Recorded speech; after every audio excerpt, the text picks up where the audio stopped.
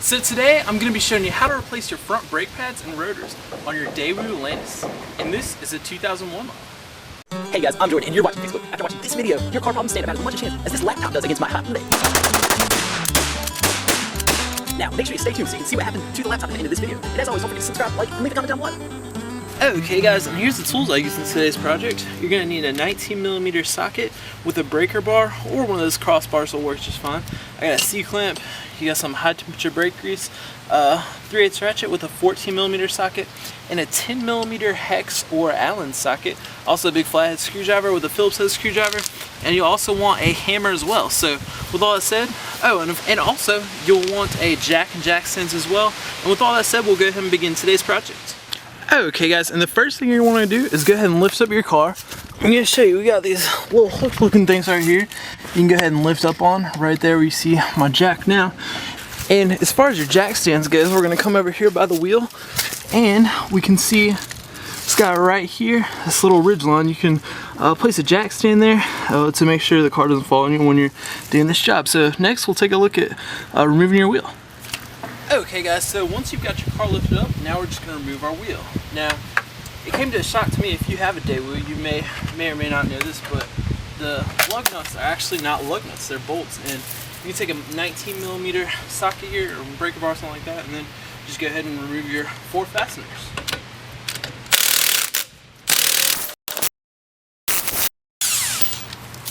And we'll just set your wheel off to the side.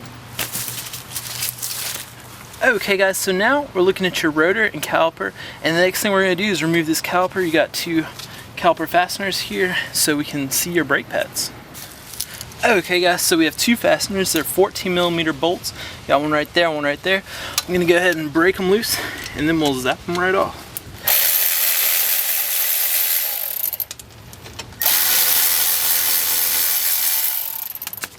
Okay guys, now the next thing you want to do is take a flathead screwdriver. We're going to reach in behind the caliper and just kind of compress it back a little bit. And what this is going to do is it's going to send the piston back into the caliper. And you may actually do this before you go ahead and remove your fastener there, because it makes it a little bit easier. But basically we're just getting the piston as far back as we can, so that way when we go to compress it with a C-clamp, then we won't have to send it back as far. It kind of gives us a head start. And if you don't have a C-clamp, you could also use this method to compress it all the way back. So now you can see it just slides right off, and in the beginning there it's kind of stuck on there because, again, that piston was compressed up against the other side of the caliper with the brake pads in between. So now you'll just take a caliper and we'll set them off to the side. Okay guys, now our brake pads are exposed and we can see these are pretty well worn away. So off with the old brake pads, and we'll just set these off to the side. And now, if you'll just sit down for a second and listen to what I've got to say about rotors. Alright, we have now reached the most important segment of this video. Please do not skip over this part of the video. It's important for you to hear what I've got to say about rotors. And it's important to assure that after you've done your brake repair, your car will be safe to drive. So, we've got a few different options here when it comes to dealing with your rotors. You can either replace your rotor, have your rotor resurfaced, or you can keep and use your current rotor as is. Now, first I'm going to go over replacing the rotor. It is an absolute must to replace the rotor if its measurement is below the minimum thickness threshold to ensure your car is safe to drive. What I'm going to describe here in just a second, whether you want or don't want to replace the rotor, that's up to you. Affordability and comfort is at hand. But if it is below the minimum thickness threshold, there's no other way about it. You must replace the rotor. Okay, so now that we understand that, and here in just a second I'll show you how to measure it and be able to tell whether it's below the threshold or not. But now we're going to talk about turning your rotors. Now, there's a couple reasons you could turn your rotor, and that's to keep your present rotor, and you can pay about $10 to Napa or O'Reilly, where they have a brake lathe and they will turn your rotor for you. It's a cheaper option than buying a whole new rotor. And the reason you'd want to do that is if you've wore your brake pads down metal to metal and the metal pad is wedged in grooves there and it's all torn up, then you don't want to put new pads on that torn up surface. with your old rotor, so you'd want to have your rotor resurfaced, and that's to ensure longevity for your new brake pads. The other reason to have your rotors resurfaced at a parts store is if you're having vibration problems with your rotors. That is, if you're driving down the highway and you apply the brake pedal and you feel your brake pedal vibrating. If you don't like that, that would be a good reason to have your rotors turned. But if you're really particular, just keep in mind that when the rotors are thinner, they're more likely to develop that warpage problem, because what happens is you'll be driving down the road, you'll run through a big puddle of water, and the water will splash on the hot rotor and it'll warp the rotor. The thicker the rotor is, or the newer the rotor is, it's going to be less likely to develop this problem. So resurfacing the rotor, if you have that problem, will fix the problem, but it'll come back faster. So if you have the extra money and you really don't want that problem, you can go ahead and just throw money at it and just get a new rotor every time. But if you want to see the problem go away and risk it coming back or not, it may or may not come back, you can go ahead and turn it and get out of the situation cheaper and be more comfortable. Now the last option is to just keep your rotor and put new brake pads on. That is a very acceptable option, and that's what I do about 80% of the time. Again, as long as the rotor is above the minimum threshold, because if it's not going to be safe to drive. So it's okay to put new pads on your old rotor if it's smooth like this you can see right here. As long as it's a semi-smooth surface, you can go ahead and put the new brake pads on. It's really fine. So those are the three options that you have: replacing, resurfacing, or just keeping your old one. And again, most of the time, most people are just fine keeping their old rotor and putting new pads on top of their old rotor. One more thing I almost forgot to is rotors that cause vibration, they're safe to drive. It's just an uncomfortable thing. The unsafe thing is the below the minimum thickness, but rotors that cause vibration are safe to drive. And also, this minimum thickness number, if I don't tell you exactly what the number is here in just a second, you can find it at your parts store. They'll give you a discard thickness number on your rotor, so keep that in mind too. And the minimum thickness for these rotors is going to be 21 millimeters. Now, you might want to double check with your parts store person, or Google is a good place to check too, but I'm going to go ahead and I'm going to trust my 21 millimeter measurement, and we're just going to reach back in here and take a look at what we've got. And right here it's measured about 24 millimeters. I pre-measured it earlier and was reading about 23.75. So this would indicate that this rotor is probably close to new, because 21 millimeters is quite a distance away from that. So now I'll show you how to replace your rotor if you have to do so.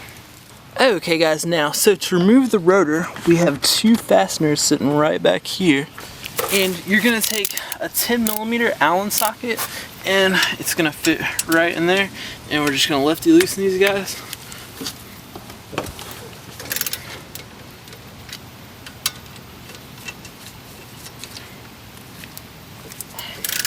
And there we go, and these fasteners are going to be what's holding in your caliper bracket. So now I'm just going to zip these guys off, and then we'll take a look at getting this rotor off.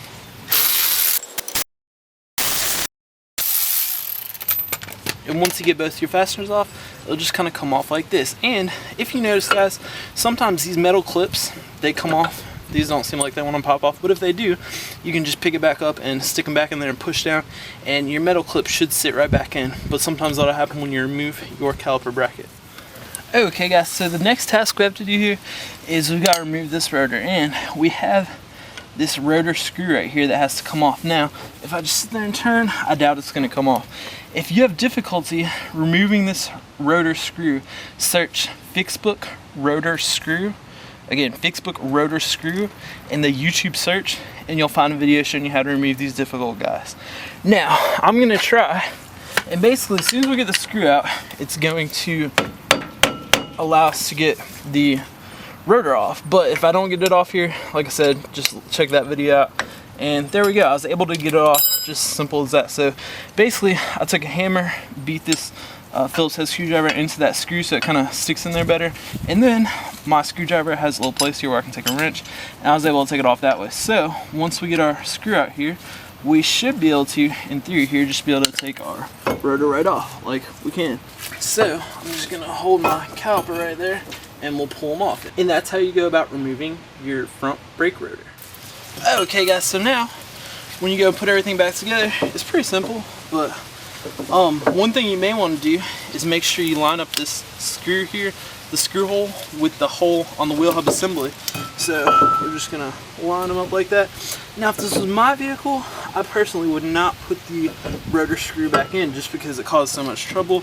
And when you fasten your lug nuts, or in our case lug bolts, back on, it's not gonna matter. So I'm gonna get this lined up here and I'll fix my screw wherever he may be in here. And what we'll do is we'll basically be getting this rotor flush, and then we'll work on getting our caliper bracket back into place. Okay guys, and I realized something here when I was putting this thing back on, and I just told you guys, yeah, don't worry about putting those screws back on, but I'm not used to working on vehicles with lug bolts. So actually on this car, it'd be pretty difficult to line those lug bolts back up if you hadn't put your rotor screw back in. So for this particular vehicle, you're going to want to put that rotor screw back in. It's going to definitely help out with getting everything back together there. So now I'm just taking my caliper bolts and getting them started here into the assembly here, and we're going to fasten these guys back on, and then I'll show you what we're going to do when we put those new brake pads back in. Okay guys, so now I'm just going to run my fastener back in. And one thing I want to mention too, whenever you're running stuff back in, you always just want to run it down like that. And again, this is if you're using power or air tools. Just run it down, and then we'll switch over to like a ratchet, and you just want to snug it down with your ratchet because it's not good. Well, on these particular fasteners, these are more bulky fasteners, and my electrical ratchet only gets like 30 foot-pounds, but as a general rule, you saw me snug it up, that's about how snug you want. But as a general rule, you just want to run it all the way down with your zapping tool there to zap stuff back on. Just run it down. Don't tighten it with your zapping tool. You want to snug it like I did there with my ratchet. So next, we're going to be putting these brake pads back on. Okay guys, so here we are. We've got new brake pads, and you're going to want to take some disc brake grease, high temperature grease, to apply on the ends of your new brake pad here, like I'm doing right here. And just go on that end, apply generously, just don't get it on the pad material. There you go, it looks good. Now we're just gonna slip them in, and I believe all these pads are exactly the same, so it doesn't matter which way you put them in there. Just make sure your pad is actually touching the rotor. You want to do it that way. And also guys, this is the first set of pads I've ever seen without wear indicators. It's kind of strange, but yeah, so you don't have to worry about which one's going on the side with the wear indicators there. So there you go, that's how you're going to stick it in. You're going to do the same thing with the other side, and then just squeeze them together, make sure the pad is touching the rotor, and then we'll put our caliper back on over these brake pads. Okay guys, and lastly, before you put your new brake pads on, if you weren't able to compress your piston back far enough with just that flathead screwdriver method, then what you want to do is take a C-clamp like this, go ahead and loosen them up there, and then get behind the caliper, and then we're just going to come in the center there, and we're just going to slowly kind of turn. I don't know if you can see exactly how slowly I'm moving, just kind of gently. We don't want to send the piston back too fast because you can damage the piston seals if you do so. So we're just kind of slowly sending that piston back, and then once we get there, we'll be able to set our caliper assembly here back over our new pads. See if the piston's sticking out here, it's not going to be able to fit over those new pads. So now I'll show you that. Okay guys, now the next thing we're going to do here is, before we set this guy on top of here, you're going to want to inspect your caliper slide pins. It's going to be these guys right here, and you're going to want to make sure it's sliding. Now if they're not, what you're going to want to do is remove them, wipe them down, and then re-grease them with that high temperature brake grease that you have, and then you'll stick them back in there and you'll set your thing. But you'll do that for both of them, and yeah, then we'll set our caliper back on top and put everything back together. Now if you have a difficult time removing these slide pins, you can check out a video, because they do need to be able to slide. If they're just stuck there, that's going to be a very bad thing. So what you'll do is you'll search Fixbook slide pin, again Fixbook slide pin, in the YouTube search, and you'll find a video, and it'll be me showing you how to remove a difficult to remove slide pin. So just make sure you do that. Also, here we go, I'm just gonna re-grease this one right here, and these are sliding really well, so I'm not gonna bother the other one. I'm just gonna stick them back in there, and there we go. And we'll make sure your seal is also around your slide pin. Now you're gonna take your caliper bracket here, and we're gonna set them, not the bracket, just your caliper, and we're gonna set them up over here. And you may have to push these guys back so this will pass by. You can see it's not going on, but when I push back it'll slide on there, and you also have to line them up the right way. And there we go. Now we're gonna take our two 14mm bolts and we're gonna stick them in there, run down and snug them, and we're almost done.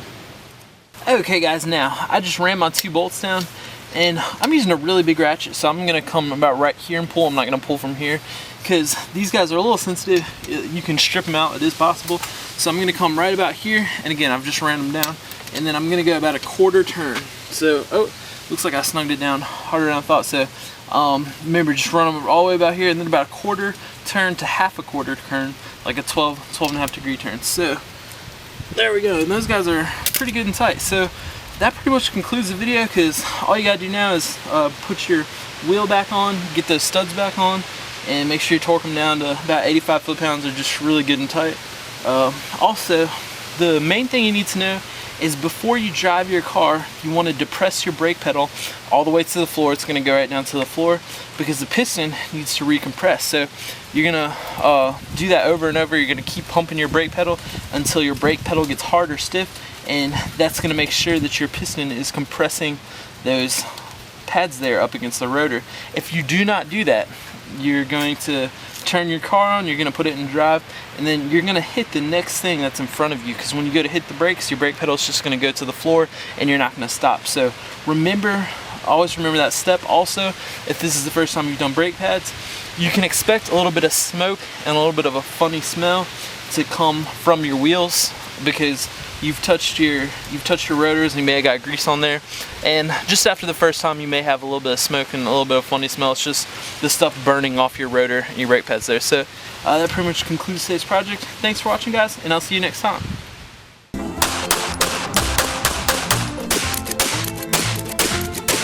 Thanks for watching, guys, and don't forget to subscribe so you can catch all my new videos, which publish Mondays and Fridays at 9 a.m. Pacific Time, 10 a.m. Mountain Time, 11 a.m. Central Time, 12 p.m. Eastern Time, and I will see you then.